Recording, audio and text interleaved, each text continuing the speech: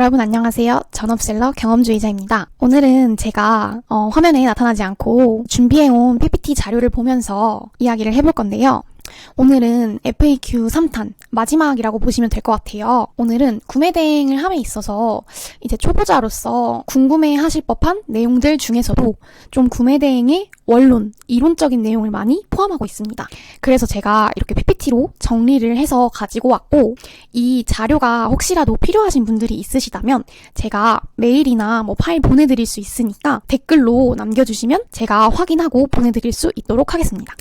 제가 이 화면 녹화 영상을 찍으려고 급하게 마이크도 구매를 했어요. 지난번에 보니까 제가 그냥 이 노트북 그 마이크로 한번 녹음을 해보니까 소리가 너무 작고 음질도 좋지가 않더라고요. 그래서 오늘은 이 마이크를 쓰면서 기대하는 마음으로 시작해보겠습니다. 오늘은 질문을 총 7개 준비했고요. 앞서 말씀드린 것처럼 구매 대행 원론인 만큼 초보자 분들도 알고 시작하시면 좋지만 중수 이상 되시는 분들도 한번 이 영상 보시면서 다시 한번 정리하고 가는 시간 가지셨으면 좋겠습니다. 자, 그러면 먼저 첫 번째 질문 바로 들어가 볼게요. 이제 단체 카톡방에서 보니까 되게 이런 질문 많이 하시더라고요.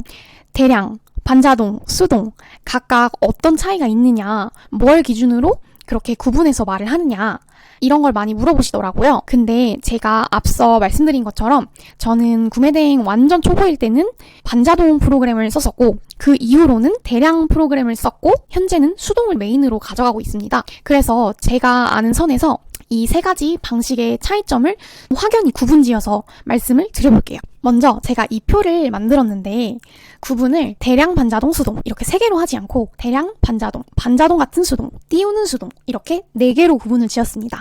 그 이유는 반자동 같은 수동과 띄우는 수동이 좀 많은 차이가 있기 때문이에요. 이거는 뒷부분에서 좀 더 자세히 설명을 드릴게요. 대량 방식 같은 경우는 먼저 초기에 투입되는 리소스, 그러니까 처음에 우리가 이 방식을 진행함에 있어서 어느 정도의 리소스가 필요하느냐, 이건 아무래도 상품 등록에 관련된 그런 리소스를 말하는 거겠죠. 먼저 대량 프로그램은 굉장히 리소스가 적게 들어갑니다. 사실 대량 프로그램이 처음에 세팅 같은 거 하는 건 어려울 수가 있는데, 세팅만 한번 해놓고 보면 그 이후로 키워드별로 상품을 수집해서 바로바로 쭉쭉 올려주는 방식이라서 초기 투입 리소스가 하라고 저는 판단을 합니다. 그리고 반자동은 중이에요. 왜냐면 반자동도 프로그램을 사용하기 때문입니다. 특히나 반자동 프로그램들은 보통 크게 세팅할 게 없어요. 그냥 바로바로 수집을 해서 설정값에 따라 상품을 등록시켜주는 방식이라서 이것도 역시 초기 투입 리소스가 그렇게 크지 않습니다. 그 다음 세 번째로는 반자동 같은 수동인데요. 이거는 어떤 수동이냐면 등록 방식에 있어서 정말 하나하나 그냥 세세하게 내용 써가면서 가격 맞춰가면서 상품 소금값 넣으면서 제목 키워드 잡아서 넣고 이런 식으로 반자동처럼 하는 수동. 그러니까 수동으로 올리되 프로그램 쓰지 않고 수동으로 올리되 반자동처럼 빠르게 하루에 많이 올려주는 것을 이야기합니다. 그런데 띄우는 수동은 정말 완전 다릅니다. 띄우는 수동은 마케팅 수동이라고도 할 수 있겠는데요. 마케팅 비용을 들여서 내가 원하는 곳, 이 원하는 곳이라고 하면 아무래도 원하는 키워드겠죠. 이 원하는 곳, 그러니까 원하는 키워드를 검색했을 때 나오는 페이지에 내 상품이 잘 보이도록 상위 노출시키는 방식을 띄우는 수동이라고 앞으로는 이야기를 하겠습니다. 이 띄우는 수동 같은 경우는 초기에 투입되는 리소스가 저는 꽤 많다고 생각을 해요. 먼저 상품도 기획을 해줘야 되고, 가격도 좀 맞춰봐야 되고, 또 키워드도 열심히 잡아야 하고, 띄우는 수동 같은 경우는 초기에 마케팅을 하다 보니까 초기 리소스가 많은 반면, 뒤에서도 이야기를 해드리겠지만 뒷단으로 갈수록 내가 드리는 노력은 그냥 일정하거나 거의 없음에도 불구하고 계속적으로 매출을 견인해주는 효자 상품이 될 수 있다는 점. 그래서 이렇게 대량 반자동, 수동, 띄우는 수동 이렇게 4가지로 구분지어서 쭉쭉 말씀을 드려보도록 하겠습니다. 그 다음으로 노출 정도를 따져보자면 사실 이게 엄청나게 정확한 그런 데이터가 있는 것도 아니고 확실하게 뭐가 더 잘 노출이 돼, 이렇게 이야기를 할 수 있는 분들은 많이 없으실 거예요. 그래서 저는 일단은 제가 했던 경험을 기준으로 말씀을 드려보자면, 대량은 상품을 엄청나게 많이 뿌리는 대신 그 중에서 노출이 되어서 얻어 걸려서 팔리는 경우는 그렇게 많지 않아요. 그러니까 등록 상품 수에 비해 매출이 발생하는 상품 수가 굉장히 적다. 그러니까 몇몇 상품만 운 좋게 이 최신성에 따라서 운 좋게 노출이 되어서 고객이 구매를 하게 되는 거겠죠. 그리고 반자동 방식은 중정도. 왜냐하면 적당히 SEO를 맞추기 때문입니다. 적당히 속성값을 어느 정도 넣고 적당히 SEO 가이드에 맞춰서 넣다 보니까 아무래도 그냥 다 때려 박는 그런 대량 방식보다는 반자동 방식이 노출이 좀 더 잘 될 거라고 생각이 듭니다. 그 다음에 반자동 같은 수동도 마찬가지예요.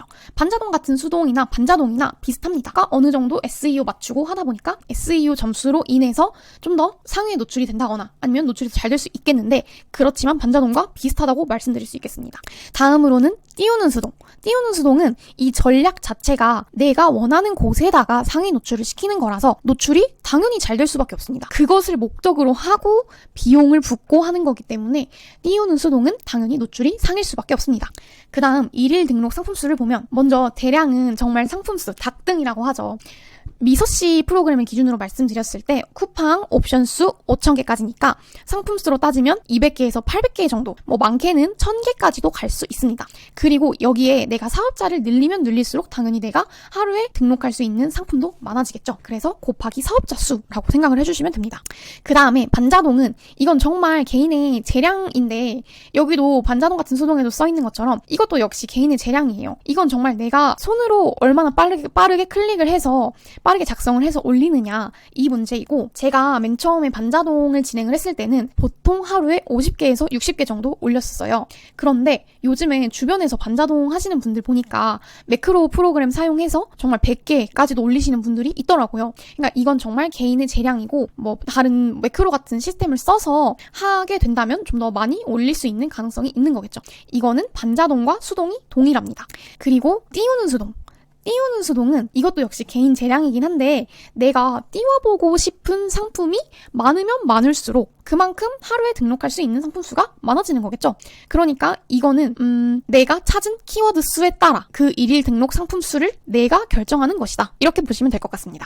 그 다음에 프로그램 사용 여부인데요. 그 대량과 반자동 방식은 프로그램을 사용합니다. 그런데 반자동 같은 수동이나 띄우는 수동 방식은 정말 손으로 올리는 것을 말하는 거겠죠. 그래서 대량은 저희가 정말 흔히 알고 있는 미서씨 프로그램 혹은 더망고 프로그램이 있고 반자동 방식은 윈들리, A헬퍼, 쿠데, 퍼센티 등등이 있습니다. 여기에서 저는 윈들리를 써봤는데 윈들리는 번역을 제공하고 최근에 들어본 퍼센티라는 프로그램도 이미지 번역자 기능이 들어있다고 합니다. 그러니까 한번 여러분들도 혹시라도 반자동 프로그램 쓰고 싶으시다면 이 중에서 한번 잘 비교를 해보시고 알아보시고 쓰시는 것을 추천드리겠습니다. 그 다음에 매출 확보 포인트 아주 중요하겠죠. 왜냐면 저희 같은 셀러는 매출이 정말 중요하니까.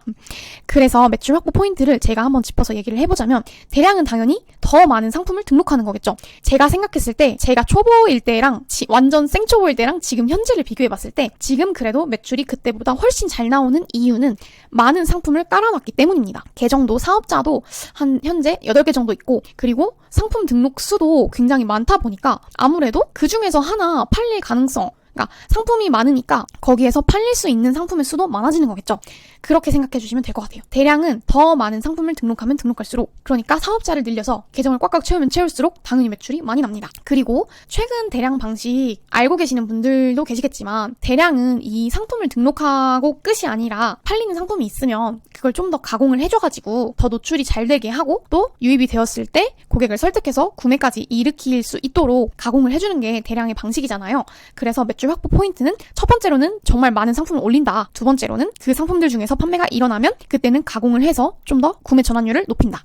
그 다음 반자동도 마찬가지로 더 많은 상품을 등록하는 거겠죠? 이거는 대량과 반자동이 굉장히 비슷합니다. 더 많은 상품을 등록해서 최대한 많은 상품을 등록해서 또 거기에서 팔리면 좀 더 가공해줄 만한 게 있나 해서 상세 페이지 꾸며주고 그런 이벤트 같은 걸 진행을 한다거나 이런 식으로 고객을 좀 더 구매로 이끌 수 있게끔 만들어주는 거. 그 다음에 수동 방식도 마찬가지겠죠. 좋은 상품을 소싱을 해서 더 많은 상품을 등록하고 또 마찬가지로 팔리면 가공.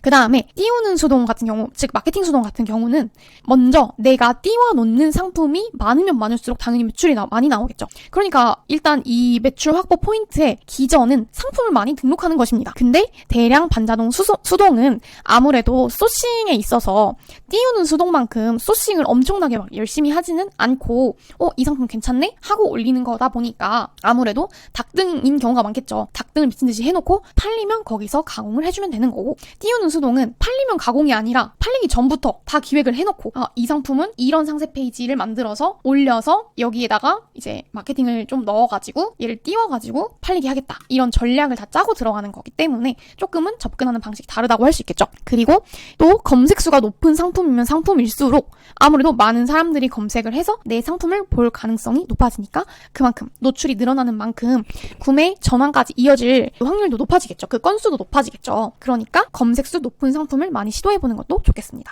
이제 각각의 장점과 단점을 볼 건데, 대량은 가장 큰 장점이 효율적으로 등록을 해서 업무 체계를 되게 효율화하기가 쉬워요. 그러니까 키워드 일지를 작성을 하고 수집을 하고 이제 그 키워드, 내가 소싱한 키워드를 쭉쭉쭉쭉 리스트상에서 지워나가면서 하나하나 업로드를 하는 그 방식으로 업무를 효율화하기가 굉장히 편합니다. 또 닭등을 하다 보니까 얻어 걸리기가 굉장히 쉽겠죠. 내가 예를 들어 1만 개, 2만 개 상품을 올려놨는데 거기에서 정말 한 개도 안 팔릴까요? 내 상품이 2만 개나 있는데? 그러니까 대량 등록은 닭등을 하다 보니까 상품 수가 절대적으로 많고 거기에서 한두 개 얻어 걸릴 가능성이 높아진다. 상품이 많다 보니까. 그래서 빠르게 성과내기가 좋습니다. 이제 대량의 단점이 지재권 문제가 발생하는 건데요. 그러니까 우리가 상품을 하나하나 점검해서 검수를 해서 올리는 게 아니라 키워드만 보고 그 키워드 상에서 수집되는 상품을 올리는 거라 상품 하나하나에 어떤 상표권이 걸려있는지, 어떤 지재권이 걸려있는지를 알기가 어려운데, 반자동은 그거에 비해서 내가 상품을 보고 올리다 보니까 지재권 리스트가 많이 적죠. 그래서 제가 처음에 반자동을 하다가 대량으로 넘어왔을 때 그 소명 메일이 너무 많이 날아와서 와, 이거 진짜 힘들다, 이렇게 생각을 한 적이 있었어요. 그러니까 반자동은 대량 방식에 비해서는 지재권 리스크가 적습니다. 내가 보고 올리니까. 당연히 반자동 같은 수동도 마찬가지겠죠. 대량에 비해 지재권 리스크 적고, 그리고 프로그램 비용이 당연히 안 들겠죠. 이 반자동은 윈들리, AL버, 쿠데, 퍼센티와 같은 프로그램을 사용하게 되면 한 달에 15만 원에서 25만 원 정도까지 들 텐데, 한 계정당 들 텐데, 그런 게 아니라 내가 손으로 다 올리니까 당연히 프로그램 비용은 적어지겠죠. 그렇지만 그만큼 등록하는 시간이 많이 걸리겠죠. 그리고 이 반자동 같은 수동 방식은 아무래도 내가 상품을 알고 이 속성값을 맞추다 보니까 좀 더 세심하게 디테일을 체크하고 그리고 상품을 업로드를 하는 거다 보니까 CS가 덜 어렵습니다. 마지막으로 띄우는 수동 같은 경우는 일단은 CS가 엄청 쉬워요. 저도 처음엔 좀 겁이 많이 나긴 했는데 이제 이 마케팅 수동을 하다 보니까 고객님들께서 하시는 질문이 거기서 거기에요. 그러니까 한두 분한테만 설명을 해드릴 때 내가 그 물건에 대해서 알아놓으면 나중에는 정말 쉽더라고요. 어차피 똑같은 질문을 또 해주시니까 제가 이전에 알아놨던 거를 말씀드리면 되고, 그리고 이제 판매자랑도 뭐 타오바오 혹은 뭐 알리익스프레스 이런 판매자들과도 어느 정도 소통이 잘 되는지를 판단을 하고, 그리고 상품을 셀렉을 하기 때문에 그런 CS 측면에서 굉장히 수월해질 수 있다는 점. 그리고 앞서 말씀드린 것처럼 처음에는 좀 리소스가 들고 돈도 들어가고 하겠지만 나중에는 내게 계속해서 팔리니까, 상위권에서 노출이 되면 될수록 계속해서 팔리니까 내가 들이는 노력 대비 매출이 되게 안정적으로 확보가 된다. 그래서 저도 수동 같은 경우 상품을 하나 띄워놓고 그냥 가만히 놔두면 걔가 팔리기 때문에 그 이후에는 그냥 조금씩만 더 가공을 해주고 건드리지 않고 있습니다. 그래도 매출이 잘 나온다. 그 다음 단점을 보면 당연히 대량은 지재권. 아까 말씀드린 것처럼 상품을 보지 않고 올리다 보니까 지재권 문제 발생하고, 내가 1만 개, 2만 개 올리는데 그 상품들 다 알 수 있을까요? 당연히 없죠. 그러니까 CS가 하나 들어올 때마다 하나하나 다 알아보고 답변을 드려야 한다. 그래서 CS에 들어가는 시간도 좀 소요가 된다, 이런 얘기고, 반자동도 마찬가지입니다. 프로그램에서 슉슉 올리면 내가 이 상품 잘 모르고 올리는 경우가 많기 때문에 CS가 좀 어렵고, 그리고 등록하다가 정말로 기가 빨립니다. 저도 반자동 프로그램 이용해서 많이 올려봤는데 정말 하루 종일 마치 내가 등록 기계가 된 것 마냥 앉아서 계속 화장실 가는 시간 빼고는 계속해서 올리기만 하니까 정말 기가 빨립니다. 그리고 반자동도 마찬가지고 이 수동 방식도 마찬가지고, 초보자분들께서는 어떤 상품이 구매 대행으로 잘 팔리는 상품인지를 모르실 수밖에 없기 때문에 소싱하는데 어려움이 있습니다. 소싱을 계속하면서도 이 상품이 팔릴까? 내가 잘 가고 있는 게 맞나? 이런 의문이 들 수밖에 없습니다. 그래서 반자동과 반자동 같은 수동에는 그런 어려운 단점이 있고요. 마지막으로 띄우는 수동은 초반부에 리소스가 들어간다고 했는데 마찬가지로 비용도 들어갑니다. 내가 광고도 돌려봐야 되고 또 트래픽도 넣어봐야 되고 하다 보니까 이 마케팅 비용 리스크가 좀 있습니다. 그렇다 보니까 아무래도 이 수동 방식을 많이들 실행해 보려고 하진 않으시는 것 같아요. 두 번째로는 불안 진입 장벽. 그러니까 내가 돈 들이고 시간 들이고 상품 기획해서 다 올렸는데 이거 진짜 안 팔리면 어떡하지? 내가 정말 보는 눈이 없어서 이거 정말 이렇게 망해버리면 어떡하지? 난 돈을 이미 썼는데. 이런 생각이 다들 드세요. 제 주변 분들도 시작하시는 분들 보면 이런 고민 안 할 수 없고 저도 마찬가지로 당연히 이런 고민을 했습니다. 그런데 좀 열심히 뛰어놓으면 팔릴 걸 알기 때문에 이제 그걸 기대하면서 가는 거죠. 그래서 그런 불안 진입 장벽이 있다는 거. 그래서 가장 첫 번째 질문, 반자동, 대량, 수동 방식 비교해드렸습니다. 이제 두 번째 질문으로 넘어가 보겠습니다. 두 번째는 중국 소싱처에 대한 비교인데요. 구매 사이트, 알리익스프레스, 타오바오 1688은 어떻게 다른가요? 대량은 어디서 하시고, 수동은 어디서 하시고, 이렇게 소싱하시나요? 라고 물어보시는 분들도 많았어요. 저도 이 영상 찍으려고 준비하면서 알아본 내용이기도 하고, 그래서 같이 배워가는 입장에서 말씀을 드려보겠습니다. 먼저 저희가 주로 사용하는 소싱처가 알리익스프레스와 타오바오와 1688이에요. 먼저 알리익스프레스를 설명을 드릴게요. 알리익스프레스는 이런 페이지잖아요. 많이들 들어가 보셨겠죠? 근데 정말 신기한 게 지금 보면 다 한국어로 되어 있어요. 알리익스프레스는 이 표에서 보시는 것처럼 외수 소매, 그러니까 해외 수출용 소매 제품을 판매하는 사이트예요.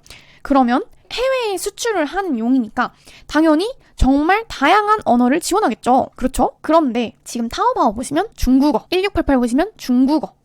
그래서 보통 타오바오나 1688은 구글 번역기 이용하셔서 사이트 많이 보시죠. 그래서 이 알리익스프레스와 타오바오 1688의 근본적인 차이는 알리익스프레스는 외수, 타오바오 1688은 내수용이다. 그래서 얘는 다양한 언어를 지원해주고 얘네 둘은 중국어로만 지원을 한다. 이 얘기이고, 이제 상품 종류랑 가격대를 좀 볼게요. 알리익스프레스는 외수 소매다 보니까 해외에까지 배송을 시켜야 돼요. 그러면 해외 배송 가는 과정에서 깨지거나 엄청 무거워서 배송비가 많이 들거나 이런 제품은 안 하려고 하겠죠. 당연히 판매자 입장에서. 그러니까 저렴한 제품 위주입니다. 저렴한 생활용품 그런 것들 위주. 근데 무거운 제품이 없다는 건 아닙니다. 반면에 타오바오랑 1688은 내수용입니다. 그러니까 중국 내륙 안에 있는 소비자들을 위한 소매이고 도매예요. 그러니까 얘네는 당연히 상품이 다양할 수밖에 없겠죠. 그 중에서도 타오바오가 좀 더 다양한 것 같아요. 아무래도 소매이다 보니까. 그리고 배송 과정을 보면 배송 과정도 알리, 타오, 1688이 다 다른데, 먼저 알리익스프레스는 고객이 주문을 저한테 하시겠죠? 한국 사이트를 보고 저한테 주문을 하면, 판매자인 우리한테 주문을 하면 제가 알리익스프레스 사이트에 발주를 하는데, 이 발주를 할 때 알리익스프레스는 직배송인 거 다들 알고 계시죠? 직배송이다 보니까 내가 이 상품 받는다 안 받는다? 안 받는다. 그러니까 발주를 넣을 때 고객 주소지를 넣어주면 상품이 나를 거쳐가지 않고 이 알리 사이트 판매자로부터 고객 주소지까지 직배송된다. 이 얘기고, 타오바오는 내수이다 보니까 타오바오에서 국내, 한국까지는 절대 받을 수가 없어요. 직배송이 절대 불가능. 그러니까 고객이 나한테 주문을 했어. 그러면 제가 타오바오 사이트에 들어가서 발주를 넣어줄 건데 어떻게 발주를 넣냐? 중국 내에 있는 배대지에서 받아서 거기서 검수를 진행을 하고 그리고 나서 고객한테 보내주면 되겠죠. 그러니까 한 번 중간에 중국에서 한국까지 보내줄 수 있는 센터, 즉 배대지를 거친다. 이 얘기입니다. 왜냐? 타오바오에서 국내, 한국까지 직배송이 안 되기 때문에. 그러면 고객이 주문을 하셨으면 타오바오 사이트 들어가셔서 발주를 넣는데, 발주를 넣을 때는 중국 배송 사이트 배대지 주소를 넣어주고, 이제 배대지에다가 그럼 내가 타오바오에서 이런 물건 샀는데 이런 물건 제가 한국에 있는 누구누구 씨한테 보내드릴 거예요 하고 배대지에 신청을 하겠죠. 그러면 배대지에서 물건을 받아가지고 이때 제가 이전에 넣었던 고객 주소지로 보내주시는 거겠죠. 이게 바로 타오바오 방식이고, 그러니까 알리는 배대지를 쓰지 않는다. 타오바오는 배대지를 쓴다. 그 다음에 1688은 배대지를 쓰는 방식이 있고 또 구매 대행사 발주 방식이 있는데, 이게 무슨 말이냐? 일단 1688은 여기 단점에 보시면 중국 계좌가 있어야 구매 가능, 이 부분 보이시죠? 카드 결제가 불가능하고 결제 대행을 쓰거나 TT 송금을 해야 하는데, 일단 TT 송금 너무 불편하죠. 그러니까 결제 대행사, 구매 대행사를 많이 쓰실 텐데, 그 방식을 설명을 드릴게요. 제가 고객한테 주문을 받았어요. 근데 그게 1688 제품이에요. 그러면 그 구매 대행사 혹은 결제 대행사 발주를 넣어요. 그럼 구매대행사에 발주를 넣으면 보통 구매대행사들이 배대지까지 같이 갖고 있어요. 그러니까 구매대행사에서 자기네 주소로 물건을 일단 받아서 검수를 해가지고 제가 신청하는 고객 주소지까지 배송을 해주는 거죠. 그러니까 배대지랑 비슷하지만 얘는 구매까지 같이 해주는, 왜냐하면 이 중국 계좌가 있어야만 구매가 가능하다는 1688의 특성 때문에 이 구매를 해주면서 같이 검수까지 해서 보내주는 구매 대행사를 찾아서 거기에다가 발주를 넣으면 된다. 두 번째는 만약에 중국 계좌가 있어요. 저한테. 제가 중국 계좌가 있는 판매자예요. 그러면 중국 계좌에 돈을 넣어서 그 계좌에서 알리페이로 연결을 해서 1688에서 구매를 할 수가 있겠죠. 그러면은 고객이 주문을 하시면 1688 사이트에 내가 발주를 넣고 이때 당연히 배대지 주소를 입력을 해야겠죠. 그 다음에 배대지로 받아요. 그럼 배대지에서 검수를 해요. 그 다음에 배대지에 신청을 할 때는 당연히 또 한국으로 보내야 되니까 한국 고객 주소 입력하고 그리고 이 배대지에서 검수 후에 고객 주소지까지 배송해주는 방식. 근데 보통 1688은 이 두 번째 구매 대행사 발주 방식을 많이 사용하시는 것 같습니다. 그 다음에 알리익스프레스와 타오바오 1688의 장단점을 보면 알리익스프레스는 먼저 직배송이니까 당연히 할 일이 적겠죠. 왜냐하면 구매 대행의 많은 업무 중에 하나가 배대지 물건을 처리하는 과정에서 일어나거든요. 예를 들면 뭐 배대지 신청서를 작성을 한다거나 혹은 뭐 검수하는 사진을 받아서 체크를 한다거나. 근데 그럴 일이 없고 직접 판매자가 아예 그 알리익스프레스 판매자가 아예 한국으로 보내니까, 한국 고객님한테 보내니까 아무래도 할 일이 적겠죠. 주문만 넣어놓으면. 그리고 무료 배송이 많습니다. 그래서 고마진 내기가 아주 좋습니다. 왜냐면 타오바오나 1688은 배대지 비용까지 들어가니까 아무래도 가격 마진을 엄청 높게는 잡기가 어려운데 알리익스프레스는 고마진 내기가 무료 배송이다 보니까 유리한 면이 있고, 그리고 한국어로 상품 검색이 어느 정도 가능합니다. 좀 일반적인 상품, 뭐 큰 상품, 예를 들면 쿠션, 뭐 방석 이런 너무 뻔한 그런 상품들은 한국어로 상품 검색을 해도 굉장히 잘 나옵니다. 근데 단점은 품질 검수가 불가능하죠. 그래서 엄청나게 오류가 있는 상품이 올 가능성도 있는 거예요. 그래서 제가 예전에 대량을 한창 할 때 알리익스프레스 제품에서 반품이 좀 많이 나왔었어요. 그래서 이런 부분은 감안을 하셔야 한다는 거. 그리고 타오바오나 1688에 비해서 가격이 비싸겠죠. 아무래도 외수 소매이다 보니까. 그리고 또 배송 지연이 굉장히 빈번합니다. 정말 그 질문 주시는 것들 중에 많은 질문이 뭐 구매한 지 3, 4일 지났는데 판매자가 아직도 보내지 않았고 응답도 없고 이런 상황이 굉장히 많은 걸로 알고 있는데 알리익스프레스는 판매자가 대답을 안 하는 경우도 많고 배송을 늦게 보내는 경우도 너무 많아서 저 같은 경우는 주문 건수가 그렇게 많지 않았어서 좀 공들여서 하나하나 체크를 하긴 했었는데 대량으로 되게 주문 건수 많이 내면서 하시는 분들은 아무래도 이런 부분에서 좀 골치가 아프시겠죠? 그 다음에 타오바오랑 1688은 좋은 점이 당연히 배대지를 거치니까 혹은 뭐 구매 대행사를 1688은 거치니까 검수가 가능한 점이 좋고, 타오바오는 소매이다 보니까 낱개로 구매 가능하고 반면 1688은 도매이다 보니까 한 번에 대량으로 판매하는 경우가 많습니다. 그게 조금 단점이 될 수 있겠죠. 그리고 이 둘 다 단점이 배대지 비용까지 고려를 해서 내 마진을 잡아야 한다는 거, 그게 조금 단점이고, 그리고 1688 같은 경우 도매 방식이다 보니까 물품 단가가 가장 저렴하죠. 근데 제가 수동으로 해보니까 판매자랑 타오바오여도 판매자랑 한번 이야기를 트고 하다 보면 이 타오바오 판매자들은 할인을 해주는 경우가 많아요. 나 한국의 셀러인데 너네 물품이 너무 좋아서 내가 광고해서 한번 팔아보려고 한다. 근데 혹시 이거 할인을 좀 해줄 수 있냐? 그러면 내가 좀 더 가격을 낮춰가지고 더 잘 팔 수 있을 것 같다. 이런 식으로 물어보면 이 타오바오 판매자 중에서 대부분이 오케이를 해요. 그러면서 너 뭐 하루에 얼마 정도 팔 수 있을 것 같은데? 이런 식으로 얘기를 하면 나 이전에 뭐 팔아봤었는데 그때 뭐 하루에 몇 개 정도 팔았었어. 그래서 너네 거도 잘 팔 자신 있으니까 좀 나한테 할인 좀 해줘 라고 하면 대부분 할인을 해줍니다. 뭐 1688도 당연히 그렇겠죠? 좀 가격 딜을 할 수 있다는 거, 그게 또 장점이라고 할 수 있겠습니다. 그리고 여러분들께서 하셨던 질문 중에서 제가 좀 약간 띵 했던 질문이 있었어요. 저는 한 번도 이런 생각을 해본 적은 없었는데 알리익스프레스가 배대지를 거치지 않으니까 품질 검수가 불가능한 점이 제가 단점이라고 말씀을 드렸잖아요. 근데 어떤 분께서 그럼 알리익스프레스 상품을 중국 내에 있는 배대지로 받아서 거기서 검수를 해서 보내면 안 되냐, 이런 질문을 하시더라고요. 그래서 제가 좀 알아봤는데 알리익스프레스는 외수 소매 쇼핑몰이기 때문에 중국 내 배송을 하면 그게 손해가 나는 판매자들이 많대요. 그래서 웬만하면 안 해주려고 하는 경우가 많다고 합니다. 근데 상품 수가 엄청 많거나 물건값이 비싸면 중국 내 배송도 도와주는 판매자도 있다고 하니까 혹시 정말로 이거를 내가 배대지에서 무조건 검수를 하게 보내고 싶다, 약간 위험 부담이 있다, 아무래도 비싸거나 뭐 무거운 물건이다 하시는 경우가 있다면 알리익스프레스 판매자한테 한번 물어보시고 물어보시고 중국 내 배송 가능할지 물어보시고 같이 진행을 해보시는 거를 추천을 드리겠습니다. 자, 여러분 아직 2번까지밖에 안 했는데 굉장히 내용이 많아서 그런지 좀 시간이 많이 흐른 것 같네요. 이제 좀 빠르게 진행을 해보겠습니다.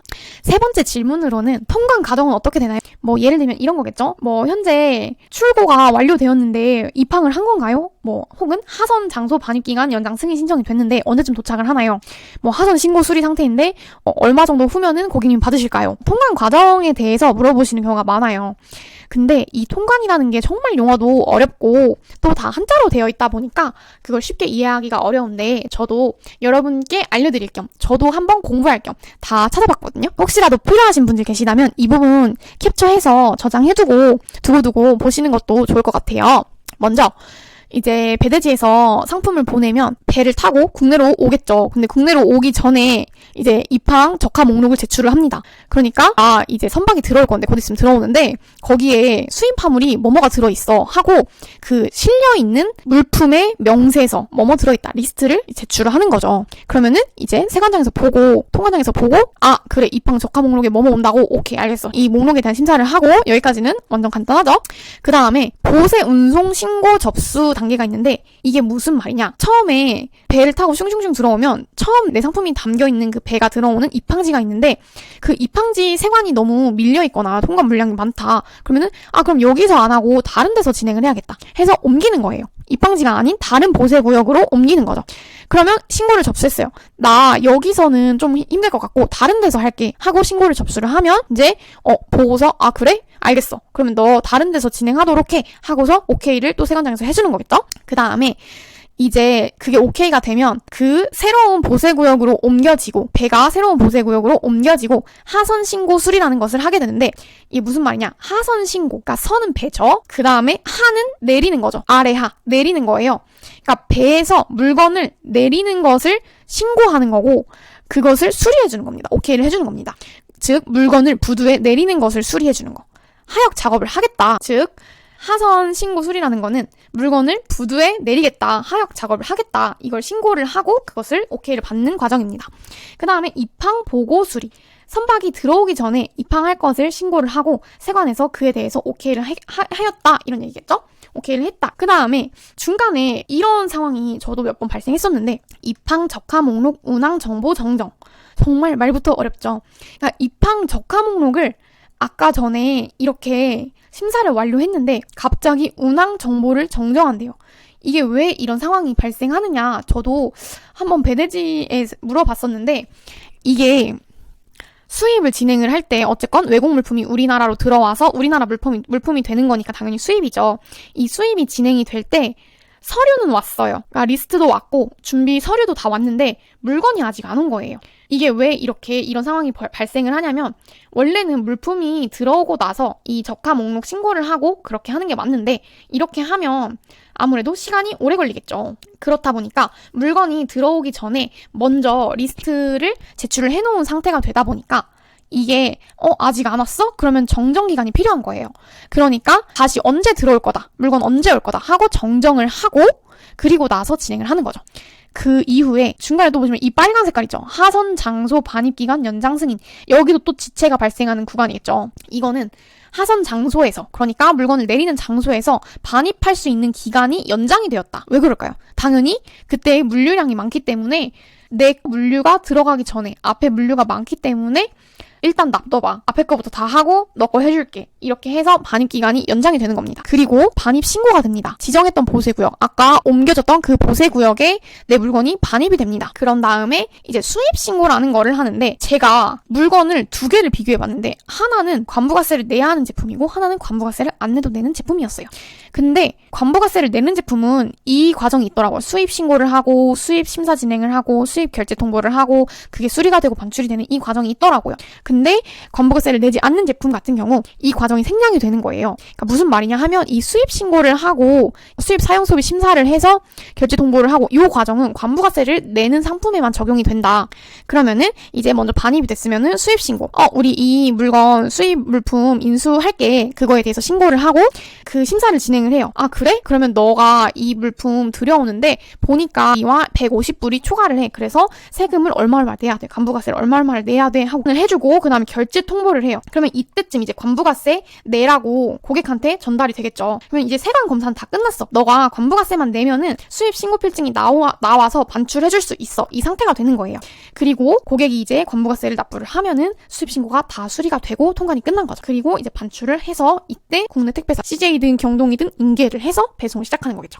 그래서 통관 과정 정말 많은데 지체가 일어나는 구간이 이 입항 적하 목록 운항 정보 정정 이 부분이랑 하선 장소 반입 기간 연장 승인 이 부분 이 두 개의 문구가 나타나면 지체가 일어날 가능성이 있다. 근데 그게 아니라 그냥 이렇게 슉슉슉슉 지나가다가 입항 보고 수리 반입 신고 수입 신고 이런 식으로 쭉쭉 온다. 이 파란 부분으로만 쭉 온다 하면 그때는 그냥 지체 없이 일반적으로 통관 진행되는 속도에 맞춰서 진행이 잘 되고 있다 그런 얘기입니다. 그래서 통관 과정 이 부분도 꼭 캡처해 주시고 보시면서 이 빨간 표시 문구가 뜨면은 이건 조금 지체가 있는 거구나 하면은 고객님께서 혹시라도 물어보실 수 있잖아요. 근데 왜 이렇게 안 와요? 이렇게 하시면 고객님 지금 하선 장소 반입기간 연장 승인 됐는데 이게 현재 물류량이 많아서 통관 진행 기간 연장이 이루어진 상태예요. 그래서 조금 더 기다려 주셔야 될 것 같아요 라고 말할 수 있겠죠. 그러면 고객 입장에서 지금 그런 상태구나 하고 이해하시겠죠. 그래서 통관 과정 이렇게 정리를 해드렸고 제가 최근에 이런 카톡을 배드지로부터 받았는데 무슨 말이냐. 사장님 해당권 가격 취하로 구매 내역 및 결제 내역 확인 요청이 있습니다. 가격 취하가 무슨 말인지 몰라가지고 가격 취하요? 어디에서 확인이 가능한 건가요? 이렇게 물어본 거예요. 근데 이 가격 취하라는 게 너네 가격 신고한 거 이 가격 진짜 맞는 거야? 너무 낮은 가격 아니니? 하고 의심을 하는 건이란 얘기예요. 근데 이게 보통 제가 들어보니까 좀 대형 화물 중에서 약간 랜덤으로 의심이 가는 거를 골라서 요청을 한다고 하더라고요. 그래서 이 가격 의심되는데 이 대형 화물 약간 가격 의심되는데 이렇게 싸다고 하면서 결제 내역이랑 뭐 그런 거 영수증 같은 거 다 증빙을 해라 하는데 이 과정을 이제 대처하는 방법을 알려드릴게요. 먼저 주문 내역서. 그러니까 내가 타오바오, 알리익스프레스 등 내가 주문한 그 내역을 캡처해서 보내고 그 다음에 그 주문건을 결제할 때 썼던 카드 내역서, 즉 구매 영수증이겠죠?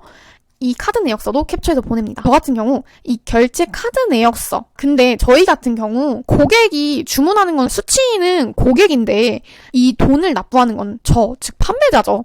그러니까 결제 카드 내역서에 있는 결제한 사람과 수취인이 이름이 달라지죠. 그 사유를 써서 자필 사유서를 제출하게 됩니다. 그러니까 왜 너가 이거를 결제를 했냐 이 얘기겠죠. 그러면은 이때 자필 사유서는 어떤 식으로 쓰냐. 예를 들면 타오바오에서 구매한 건이다. 그러면은 이 타오바오에는 해외 결제가 가능한 카드가 필요한데 뭐 제 지인분께서 그 카드를 등록하고 구매하는 걸 어려워하셔서 제가 대신 구매를 해드렸다 하고 자필로 써서 A4 용지를 찍어가지고 이제 배대지 쪽에다 보내주면 배대지가 처리를 해줍니다. 그래서 제가 최근에 좀 경험했던 새로운 경험이었는데 혹시라도 여러분들 중에서도 이런 가격 취하건이 발생을 한다 하면 너무 당황하지 마시고 제가 말씀드린 것처럼 요 세 가지 잘 준비를 하셔서 대처를 하셨으면 좋겠습니다. 이제 네 번째로 소싱에 관련된 질문이에요. 소싱은 정말 많이들 궁금해하시고 와 도대체 뭘 팔아야 할지 모르겠다. 몰은 다 만들어놨는데 어떤 제품을 팔아야 잘 팔릴지 모르겠다 하시는 분들이 꽤 많죠. 그러면은 제가 그런 소싱 방법을 몇 가지 알려드릴게요. 먼저 첫 번째로는 아주 유명하죠. 아이보스 마케팅 캘린더라는 게 있습니다. 요거는 이제 네이버에다 아이보스 마케팅 캘린더라고 치시면은 이렇게 이 아이보스라는 홈페이지에 들어가셔서 다운받으실 수 있는 건데 제가 다운받아놓은 걸 보여드릴게요. 이렇게 생겼습니다. 이게 하반기 아이보스 마케팅 캘린더인데 이제 하반기에 각 월별로 어떤 공휴일이나 절기가 있고 월별 이슈로는 뭐가 있고 축제로는 뭐가 있고 이런 걸 나타내는 건데 구매 대행 업자들은 보통 뭐 한두 달 전에 물건을 올린다고 하잖아요. 그럼 지금 현재 9월 15일이니까 10월 말 혹은 11월쯤에 있는 그런 행사를 노려보는 게 좋겠죠. 그러니까 이 캘린더를 보고 예를 들면 뭐 10월 말에 일단 할로윈이 있으니까 이 할로윈을 대비하기 위해 분장 소품을 올려본다거나 혹은 1일에는 또 빼빼로데이가 있으니까 이때 많이들 선물하는 그런 물건이 있다면 그거를 한번 노려본다거나 이런 식으로 여기를 보면서 좀 내가 지금쯤 어떤 상품을 노려보면 좋겠다를 파악을 할 수 있겠죠. 그래서 각 월별로 또 들어가 보면 이 마케팅 키워드나 마케팅 이벤트들도 많이 있는데 이 마케팅 키워드도 굉장히 좋아요. 보시면 뭐 가을 패션, 비즈니스 캐주얼, 맨투맨, 가디건, 자켓 이런 키워드를 주는데 이런 키워드를 한번 내가 아이템 스카우트에다가 검색을 해보고 관련 키워드들 중에서 괜찮은 게 있다. 예를 들면 뭐 가을 원피스가 괜찮다. 혹은 뭐 에어컨 커버가 괜찮다. 그러면은 에어컨 커버를 검색해서 상품 나오는 거를 대량으로 올린다거나 이런 식으로 진행을 하면 되겠죠. 그리고 제가 이거는 정말 추천드리는 방식인데 아이템 스카우트에 보면 급상승 키워드 그러니까 아이템 스카우트 들어가 보시면 여기 키워드 베스트, 요 키워드들이 전 정말 좋다고 생각하거든요. 보시면은 여기에는 일간 트렌드랑 주간 트렌드 키워드가 뜨는데 저는 일간 트렌드를 진짜 많이 보는 편이에요. 여기 카테고리별로 다 눌러보면서 오늘은 이런 키워드가 뜨고 있네? 내가 오늘은 약간 디지털 가전 쪽 올리고 싶은데 보니까 내가 올릴만한 게 뭐가 있을까? 전자레인지도 뜨고 있네? 그럼 전자레인지 한번 올려볼까? 가구 인테리어 쪽에는 뭐 집들이 선물, 집들이 선물이라는 키워드가 좋네? 그러면 이 키워드 한번 써볼까? 이런 식으로 생각을 하실 수 있는 거겠죠. 제가 이전에 한번 수업을 듣고서 돌아오는 길에 갑자기 아이템 스카우트를 들어가서 오늘은 뭐를 소싱해서 올릴지 봐야겠다 하고 제가 반자동 방식을 할 때 여기 전체 키워드에서 갑자기 어떤 특정 키워드가 이렇게 1, 2, 3위를 먹고 있었나? 그런 상황을 본 적이 있었어요. 그래서 제가 지하철에서 그 키워드의 상품을 타오바오에서 소싱을 해가지고 바로 반자동으로 지하철 안에서 올렸어요. 근데 그게 2시간 만에 판매가 일어난 적이 있었어요. 그래서 저는 그때부터 약간 여기를 많이 보면은 그래도 몇 건 정도는 판매를 얻을 수 있겠다 이런 생각을 하고 있는데 이런 트렌드 키워드를 많이 파악하시고 최신 상품을 많이 올려주시는 것도 판매를 빠르게 일으킬 수 있는 방법입니다. 그리고 또 나 혼자 산다. TV 프로그램 중에 나 혼자 산다는 특히 이제 유심히 보시는 게 좋아요. 여기서는 연예인들이 하는 캠핑용품이라던가 그런 것들, 유행을 이끄는 그런 용품들이 많이 나오는데 저는 그래서 금요일 저녁에는 꼭 나 혼자 산다를 보고 이 물품이 나오네? 이거 한번 올려볼까? 하고 생각을 하곤 하는데 그래서 나 혼자 산다를 보고 그때 뜨는 아이템을 한번 찾아본다거나 뉴스를 보면서 요즘 트렌드는 이거다. 그래서 이 제품이 많이 팔리고 있다. 이런 식으로 하면 저도 한번 올려보는 거죠. 그러면 이제 판매가 일어날 수도 있는 거고. 그래서 급상승 키워드, 트렌드 키워드를 파악을 해보자. 이런 얘기이고 세 번째로는 잘 파는 몰들의 카테고리를 정리해보는 거예요. 그러니까 무슨 말이냐면 네이버에 들어가서 쇼핑에 들어가면 이제 쇼핑 베스트 이런 데 들어가 보시면 이렇게 다 지금 잘 팔리고 있는 상품들이죠. 이런 트렌드를 보면서 얘네가 지금 잘 팔리고 있는 애들이야? 이렇게 볼 수도 있고 아니면 여기 몰 전체 보기에서 그 다음으로는 잘 파는 몰들의 카테고리를 정리해보는 거예요. 어떤 특정 키워드를 네이버에 한번 검색을 해보고 그 카테고리에서 쇼핑 탭에 들어가서 해외 직구 탭으로 가면 예를 들면 쇼핑 탭에 가셔서 내가 오늘은 마우스를 예를 들어서 판매를 하고 싶다. 그래서 마우스를 검색을 해봐요. 그다음에 해외 직구 탭에 들어가서 이런 샵들이 다 뜨는데 지금 보니까 구매 건수가 굉장히 많죠. 이런 구매 건수 많은 곳에 한번 들어가 보는 거예요. 그러면 리뷰도 많고 구매 건수도 많이 일어나고 있는데 지금 전체 상품을 보니까 얘는 좀 마우스 전문몰이네요. 그러면 여긴 좀 빼고 이런 데를 한번 들어가 보는 거죠. 직구 플리즈 이런 샵인데 굉장히 리뷰도 많고 잘 팔고 계시는 것 같아요. 그러면은 한번 베스트 상품을 보는 거예요. 이런 상품이 잘 팔리는구나.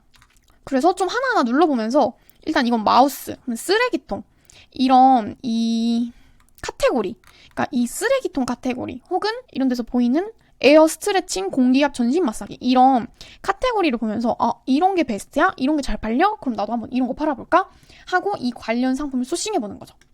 그게 바로 제가 말씀드린 잘 파는 몰 벤치마킹을 해서 나도 비슷한 제품을 한번 팔아본다. 그리고 땡땡땡 직구 후기. 자, 여기 보시면 알리익스프레스 직구 후기 이렇게 검색을 해보시면 지금 보세요. 실링 왁스, 미니 핸디 무선 청소기 이건 뭔지 모르겠지만 블랙베리 클래식 Q20 그리고 LED 모니터 조명, 블루투스 리모컨, 수경 재배기. 지금 보면 굉장히 저는 이 상품들이 몇 가지 제외하고는 되게 생소한 것 같거든요. 실링 왁스도 그렇고, 여기 블루투스 리모컨 이런 것도 그렇고, 수경 재배기 이런 것도 그렇고, 굉장히 생소해요. 근데 이런 생소한 제품, 저는 많이 안 살 것 같지만, 이거를 사서 써보고 후기를 남기는 사람들이 있어요. 그러면 이거에 대해서 어느 정도 지금 수요가 있다는 거잖아요. 그러니까, 이런 상품들도 내가 한번 올려볼까? 하고 또 올려보는 거죠. 그래서 지금 제가 한 4가지 소싱 방법 말씀드렸는데, 소싱 방법은 정말 다양해요. 뭘 팔아야 될지 모르겠다. 어디에서 상품을 찾아야 될지 모르겠다 하실 때는, 이런 방법들을 그냥 계속 다 이것저것 시도해보세요. 그러다가 어느 한 군데에서라도 매출이 나오면 좋은 거니까. 그래서 이런 여러 가지 소싱 방법이 있다는 거를 알려드리고요. 그 다음은 제가 정말 이 질문을 듣고 충격을 받았어요. 대량 등록 다 하고 나서 다들 무슨 일을 하세요? 이렇게 물어보시는 분이 계시는 거예요. 그분은 대량을 다 등록하면 한 2-3시간? 그 정도밖에 안 걸리는데 그 이후로는 할 일이 없다. 이런 말씀이신 거죠. 저는 정말 할 일이 많은 편이거든요. 그래서 너무 당황을 해서 도대체 나는 그러면 대량 등록을 다 하고 나서 뭐를 할까? 제가 지금은 요즘은 대량을 많이 안 하고 있지만 대량을 할 당시에 어떤 일을 내가 했었나 이걸 한번 생각을 해봤어요. 먼저 대량은 등록만 하는 게 끝이 당연히 아니죠. 또 새로운 키워드를 소싱을 하고 새로운 아이템을 소싱을 하겠죠. 그리고 예를 들어 팔린 물건이 있다. 그러면은 상세 페이지를 가공해서 아까 말씀드린 것처럼 유입을 했을 때 고객을 더 설득시켜서 예를 들면 똑같이 100명이 유입이 됐다고 하더라도 이전에 올린 대량 상품에서는 들어오는 100명의 사람들 중에 한두 명만 구매를 했다면 상세 페이지를 가공을 해서 그게 5명, 6명 혹은 10명 이렇게 되도록, 그러니까 구매 전환율이 올라가도록 상세 페이지를 가공해주는 작업을 하면 되겠죠. 여기서 또 한 가지 추가 질문으로 썸네일이나 상세 번역은 어디다 맡기시나요? 이런 식으로 많이 물어보셨어요. 근데 이 상세 페이지 번역 같은 경우는 보통은 저는 다 크몽에서 찾아서 진행을 합니다. 크몽이라는 사이트에 들어가시면 그 프리랜서로 일하시는 디자이너 분들이 굉장히 많아요. 그래서 뭐 예를 들면 상세 페이지 사진 작업해 주시는 분들도 있고 중한 번역해 주시는 분들도 있고, 그러니까 이 상세 번역 같은 경우는 중한 번역 이런 식으로 검색을 하셔가지고 크몽에서 구하시면 됩니다. 그리고 또 이 상세 번역이 끝이 아니라 후킹 작업을 생각해 볼 수도 있겠죠. 후킹이라 하면 고객이 내 그 상세 페이지 안에 들어왔을 때 와 이거 이런 좋은 점이 있다고 하면서 더 쉽게 설득될 수 있게끔 이런 것도 여기서 처리를 해준다고 이런 식으로 좀 더 고객을 잘 설득시킬 수 있는 멘트를 잡는 거겠죠. 이런 작업도 할 수 있고, 그리고 한번 대량은 다 해봤으니까 오늘은 한번 시간이 남으니까 수동 상품 업로드 해볼까? SEO를 좀 잘 맞춰서 노출을 극대화하면서 수동을 상품을 업로드 해볼까? 하는 것도 시도해볼 수 있겠죠. 그리고 저 같은 경우는 항상 좀 이것도 해볼까? 이런 궁금증이 많은 스타일이라 항상 새로운 사업 루트를 구상을 했던 것 같아요. 대량을 하면서도 수동도 한번 해볼까? 아니면 리셀도 한번 해볼까? 아니면 뭐 국내 위탁도 한번 해볼까? 이런 식으로 사업을 다각화하는 그런 시도나 뭐 그거에 대한 공부도 많이 했었습니다. 지금도 물론 하고 있고요. 그리고 강의를 듣거나 내가 새로운 방법 테스트해보고 싶은 게 있는데 그런 거를 테스트해볼 수도 있겠죠. 예를 들면 대량도 다들 본인의 방식이 있으시겠지만 꼭 그 방식만 밀고 나가실 필요는 없고 이 방법 저 방법 테스트해볼 수 있잖아요. 그런 식으로 새로운 방법을 테스트해보는 시간을 가지시는 것도 좋습니다. 그래서 이 질문, 대량 등록하고 나서 도대체 뭘 해야 하나요? 하시는 분들이 있다면 또 이걸 보시고 아이템 소싱도 해보고 이것도 해보고 이런 식으로 하시면 될 것 같습니다. 그 다음 6번째, 이거는 배대지에서 해줄 수 있는 일들이 뭐가 있을까 하고 제가 간략하게 적어보는 건데, 이거에 앞서서 질문 들었던 게 뭐였냐면 혹시 관부가세가 발생을 하면 고객한테 간 뒤에 청구가 되는 건지 아니면 판매자가 이걸 대신 납부해줄 수 있는 건지, 이런 질문이었는데, 먼저 관부가세는 원칙적으로는 고객이 내는 게 맞습니다. 근데 가끔 이런 분들이 있어요. 이거 관부가세 내는 거 뭐 은행 시스템 들어가서 하는 거 나 너무 어렵고 모르겠는데 그냥 내가 돈을 그 판매자님한테 보내드릴 테니까 판매자님이 관부가세를 내주시면 안 되냐, 그러니까 자기가 취해주는 돈으로 관부가세를 내달라 하시는 분들이 계세요. 근데 이게 사실 배대지에서 가능합니다. 그래서 배대지마다 뭐 해주는 것도 있고 안 해주는 것도 당연히 있겠지만 관부가세 대납이 가능한 곳이 있어요. 요즘에는 꽤 많은 걸로 알고 있고, 그래서 관부가세 대납 신청을 하시면은 고객한테 청구가 갈 것을 저한테 보내줍니다. 그러면은 제가 고객 이름으로, 수취인 이름으로 그 관세 법인에다가 돈을 납부를 하면 이제 통관이 진행이 되는 거죠. 그래서 관부가세 대납도 이제 진행할 수 있도록 배대지에서 도와주고, 그리고 예를 들면 큰 화물 택배로 가야 되는 경우 경동 택배비를 고객님께서 내기 싫어하신다. 그러면은 이 부분 만약에 제가 부담하게 될 수도 있으니까 그런 경우는 경동 택배비도 미리 배대지에 신청해서 납부를 할 수 있습니다. 그래서 배대지에서 이 두 가지도 해준다는 점 알아두시면 좋겠고, 이 기본적으로는 뭐 돼지코 보내주기라던가 라벨 택 제거라던가 아니면 조립 확인을 해준다거나 우드 포장을 해준다거나, 그리고 가끔 기기인데 작동이 잘 되는지 그런 거 검수해 주시는 데도 있으니까 이런 거는 그러니까 배대지에 문의를 미리 남겨서 확인을 하고 진행을 하시면 될 것 같습니다. 자, 여러분 이제 드디어 마지막입니다. 마지막 질문. 쿠팡의 정산 유형은 무엇인가요? 이거는 저도 정말 아직까지도 와, 쿠팡은 도대체 언제 돈이 들어오는 거지? 이런 생각을 되게 많이 해요. 그래서 이참에 저도 한번 짚고 넘어가고 여러분들께서도 확실히 알고 가시면 좋을 것 같아서 준비를 해봤습니다. 먼저 쿠팡은 정산 방식이 두 가지가 있는데 주정산과 월정산이 있습니다. 이 주정산과 월정산의 정산 날짜를 결정하는 것은 당연히 구매 확정 일자겠죠. 이거는 모든 마켓이 똑같아요. 먼저 구매 확정이 돼야 그 정산금을 주는 거기 때문에, 그럼 구매 확정을 만약에 눌렀어요. 그러면 그날이 구매 확정일이 되겠죠. 그 다음에 구매 확정을 누르지 않았을 경우는 배송이 완료된 날짜를 기준으로 D+7 날짜, 비영업일까지 포함해서 구매 확정 처리가 됩니다. 그러면은 이제 구매 확정 날짜가 떴어요. 그러면 주정산은 여기서부터 갑자기 복잡해집니다. 주정산은 먼저 70%, 30% 이걸 기억을 해주셔야 되는데, 70%가 먼저 들어오고 나머지 30%가 최종액으로 나중에 들어와요. 근데 이 70%는 구매 확정된 날짜, 구매 확정 날짜의 그 주 일요일부터 영업일 기준 15일 이후에 지급이 되고, 나머지 30%는 최종액 정산으로, 그러니까 이거는 매월 말일자 기준. 무슨 말이냐면 구매 확정이 예를 들면 7월 15일에 났어요. 그러면 7월의 마지막 날짜, 그러니까 7월 30일 기준으로 그 날짜의 이익월 영업일 기준 1일에 준대요. 그러니까 이익월이니까 9월이 되겠죠? 그럼 9월 1일에 주겠다 이 말입니다. 그리고 월정산은 한 달 내 구매 확정된 주문에 대한 금액을 그달 말일로부터 영업일 기준 15일 이후에 지급한다. 월정산은 최종액 없이 100% 지급합니다. 월정산은 나뉘는 거 없이 100% 지급이 되는 거고, 이걸 좀 더 구분해서 설명을 날짜로 쉽게 좀 보여드릴게요. 먼저 주정산과 월정산이고 동일하게 배송 완료된 날짜가 7월 12일이라고 생각을 해볼게요. 고객이 구매 확정을 누르지 않았어요. 그래서 배송 완료된 날짜를 기준으로 7일 그러니까 비영업일 포함해서 7일 후에 이제 구매 확정일이 된다고 했죠. 그러면 하루, 이틀, 3일, 4일, 5일, 6일, 7일. 그러니까 9일이 구매 확정일이 되겠습니다. 배송 완료일 기준 7일. 이건 월정산도 마찬가지겠죠? 구매 확정일은 똑같이 7월 19일입니다.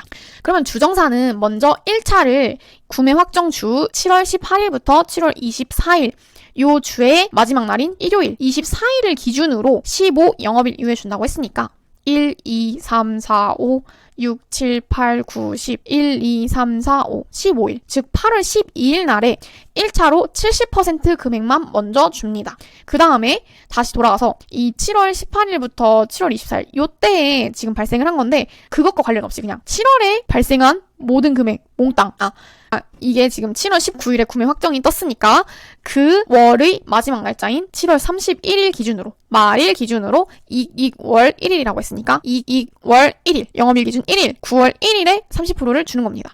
주정산은 8월 19일에 구매 확정이 뜨면 70% 먼저 8월 12일 날에 받고 나머지 30%는 9월 1일 날에 받는다. 월정산을 보시면 똑같이 구매 확정일은 19일입니다. 근데 월정산은 이 한 달, 7월 한 달 통째로 내가 구매 확정 받은 거 그거를 한 번에 다 정산을 해주는 거니까 이 31일자를 기준으로 15일이 지나야 됩니다. 그래서 1, 2, 3, 4, 5, 6, 7, 8, 9, 10, 1, 2, 3, 4, 5 이때 공휴일 다 빼주셔야 되죠? 영업일이니까. 그래서 8월 22일에 100% 다 지급받는 겁니다. 자, 그럼 지금 차이를 보시면 똑같이 19일, 7월 19일에 구매 확정이 찍혔더라 할지라도 주정산은 8월 12일에 70% 받고 나머지는 9월 1일, 9월까지 넘어가죠? 근데 월정산은 7월 19일에 확정 떴으면 8월 22일에 다 준다. 그러니까 예를 들면 내가 조금 급하게 이 정산을 받아야 뭔가 내 시스템이 돌아간다. 그렇게 판단이 되면 70%라도 먼저 받자 하시면 8월 12일 이때 먼저 받아서 이제 쓰시고 9월까지 기다렸다가 이 돈을 받으시면 되는 거고, 나는 그래도 융통시킬 자금이 있다. 그래서 그냥 차라리 한 번에 싹 다 받고 싶다. 그러시면 8월 22일에 한 번에 주는 이 월정산을 선택하시면 되겠죠. 근데 저는 개인적으로 쓰다 보니까 주정산이 너무 복잡하고 두 달이 넘어가는 거 이익월로 가는 게 너무 복잡하고 70% 30% 이것도 계산하기가 너무 힘들더라고요. 정산 맞추기도. 그래서 저는 웬만하면 다 월정산을 쓰고 있습니다. 이것도 셀러님들 이제 회원님들의 취향에 맞게끔 쓰시면 되는 거고, 이제 쿠팡 정산까지 정리를 해봤습니다. 그래서 오늘은 제가 정말 많은 내용을 준비하느라 시간도 길어졌던 것 같고, 그런데 이 자료들은 정말 초보분들도 마찬가지고 중수분들도 마찬가지고 두고두고 꼭 기억을 해주시면 좋을, 도움이 될 만한 자료들이었다고 생각을 해요. 그래서 앞서 말씀드린 것처럼 혹시 자료가 필요하신 분들 계시다면 제가 다 제공해드릴 수 있으니까 꼭 요청해주시고요. 오늘은 그럼 여기까지 영상 마치고 전 다음번에 더 유익하고 여러분들한테 도움이 될 수 있는 내용으로 돌아오도록 하겠습니다. 감사합니다.